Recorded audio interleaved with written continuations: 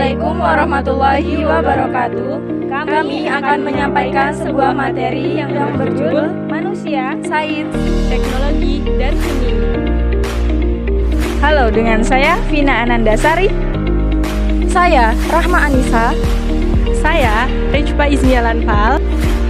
Saya Rahman Aminuddin. Saya Fatur Rahman.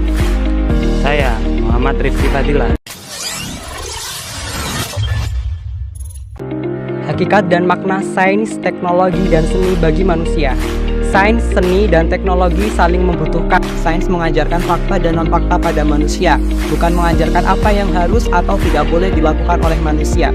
Fungsi sains mengakomodasikan semua pengalaman manusia dan menempatkannya ke dalam suatu sistem yang logis. Kata sains menurut Kamus Besar Bahasa Indonesia adalah pengetahuan sistematis yang diperoleh dari suatu observasi, penelitian, dan uji coba yang mengarah pada penentuan sifat atau prinsip sesuatu yang sedang diproduksi, dipelajari, dan sebagainya. Jadi definisi sains ialah suatu cara untuk mempelajari berbagai aspek-aspek tertentu dari alam secara terorganisir, sistematik, dan melalui berbagai metode saintifik yang terbarukan. Sumantri menjelaskan, tujuan ilmu adalah menjelaskan gejala-gejala alam dan manipulasi faktor-faktor yang terkait dengan gejala tersebut, mengendalikan, mengarahkan proses yang terjadi. Intinya adalah ilmu pengetahuan diciptakan untuk memenuhi kebutuhan manusia. Dari sudut pandang ilmu keislaman, menurut Guslani, ilmu keislaman itu tercipta sebagai alat untuk memperoleh pengetahuan tentang Tuhan, kebahagiaan, dan kedekatan dengan Tuhan. Ilmu harus mampu mengarahkan seseorang muslim dengan berbagai cara dan upaya untuk mendekatkan diri kepada Allah Subhanahu wa Ta'ala.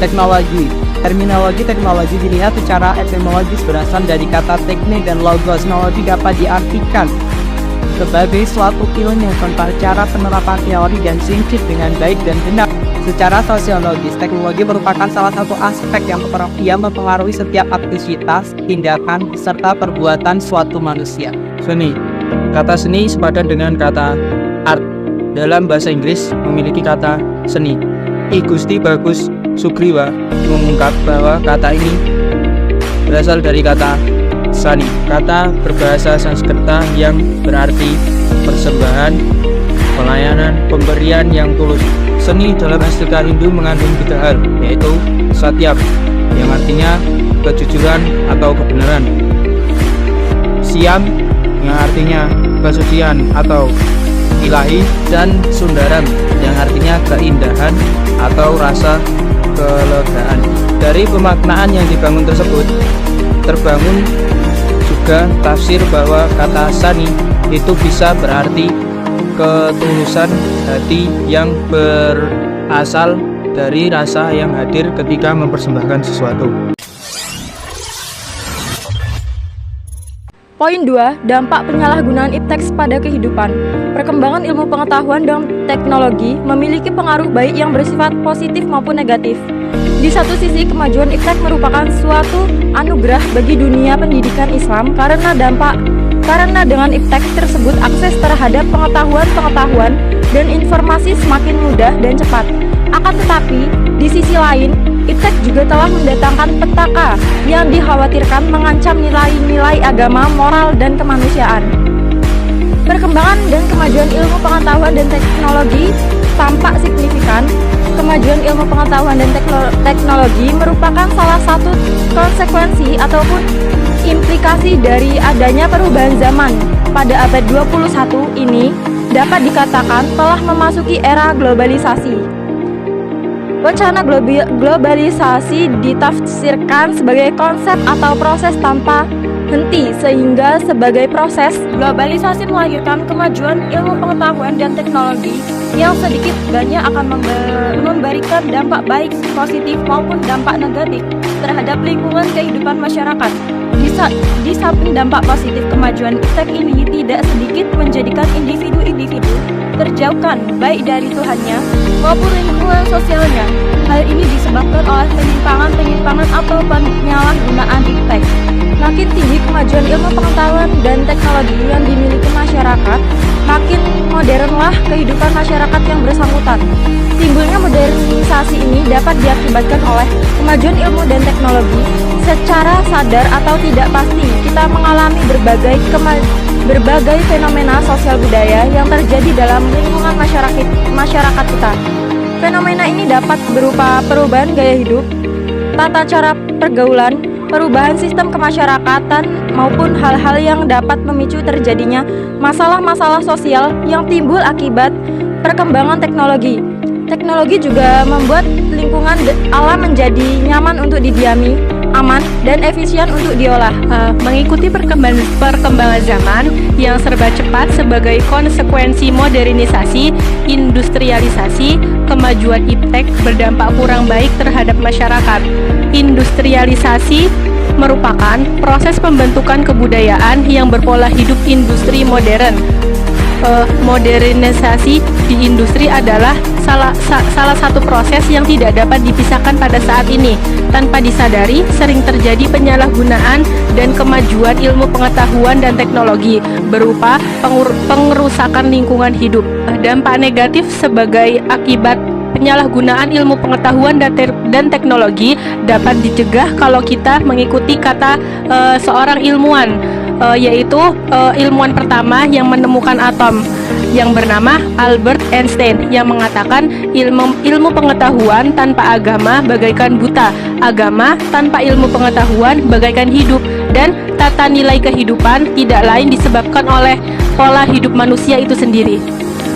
Al-Quran dan hadis sangat banyak menjelaskan ayat-ayat tentang hubungan antara ajaran Islam dengan ilmu pengetahuan dan penerapannya yang kami sebutkan.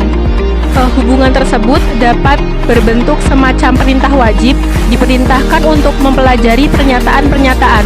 Bahkan ada pula yang berbentuk sarkasme dan sebagainya. Semua itu hanya menggambarkan betapa dekatnya jaraknya hubungan antara Islam dan ilmu pengetahuan dan sebagai sesuatu yang tidak dapat dipisahkan satu sama lain. Seperti pada Quran surat Yunus ayat 101 yang artinya, perhatikanlah apa yang ada di langit dan di bumi, tidaklah bermanfaat tanda-tanda kebesaran Allah dan rasul-rasul yang memberi peringatan bagi orang yang tidak beriman.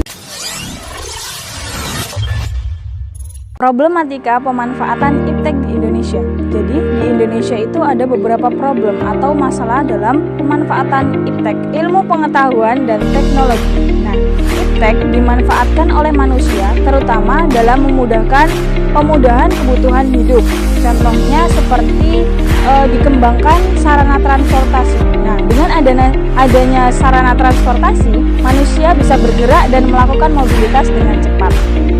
Sehingga dengan adanya iptek tersebut, manusia bisa melakukan aktivitasnya secara teratur. Untuk meningkatkan standar kehidupan bangsa dan bernegara, serta kemandirian dan daya saing bangsa Indonesia di mata dunia, beberapa masalah yang harus kita hadapi adalah yang pertama, rendahnya kemampuan iptek nasional dalam menghadapi pembangunan global. Nah, hal ini ditunjukkan dengan Indeks Pencapaian Teknologi atau IPT dalam laporan UNDPM tahun 2001 menunjukkan tingkat pencapaian teknologi Indonesia masih berada pada urutan ke-60 dari 72 negara. Yang kedua, rendahnya kontribusi iptek nasional di sektor produksi. Hal ini ditunjukkan oleh kurangnya efisiensi dan rendahnya produktivitas serta minimnya kandungan teknologi dalam kegiatan ekspor. 3. Belum optimalnya mekanisme intermediasi iptek yang ada di Indonesia. Nah, masalah ini dapat terlihat dari belum teraturnya infrastruktur iptek yang ada di Indonesia. Selanjutnya yang keempat adalah lemahnya sinergi kebijaksanaan iptek sehingga kegiatan iptek belum sanggup memberikan hasil yang terbaik bagi Indonesia sendiri. Sedikitnya Maxensius 2021 menemukan 5 titik darurat yang dihadapi Indonesia akan sulit untuk diselesaikan, bahkan dapat membuat Indonesia terjebak dalam posisi negara berpendapatan rendah. Kelima titik darurat ini mengait dalam penguatan elemen yang satu akan berdampak positif pada elemen lainnya. Pertama, ekonomi Indonesia masih sangat bergantung pada ekstraksi sumber daya alam dengan sentuhan teknologi yang minimal. Laporan terkait kondisi ketergantungan komoditas Stand of Commodity Dependence yang dikeluarkan oleh Perserikatan Bangsa-Bangsa yaitu PBB tahun 2021 memperlihatkan peran ekspor komoditas Indonesia terhadap total ekspor barang sekitar 55,6% atau tidak jauh dari batas atas 60%. Negara yang dikelompokkan sebagai ketergantungan ekspor komoditas dalam laporan tersebut tampak bahwa ekspor berbasis komoditas pertanian dan bahan bakar merupakan yang paling besar. Pada sisi lain, ekspor produk manufaktur yang masuk dalam kategori teknologi tinggi harus dilihat secara holistik, mulai dari kebijakan SDM, infrastruktur, tata kelola anggaran, ekosistem penelitian dan inovasi, dan kesiapan dalam knowledge-based economy.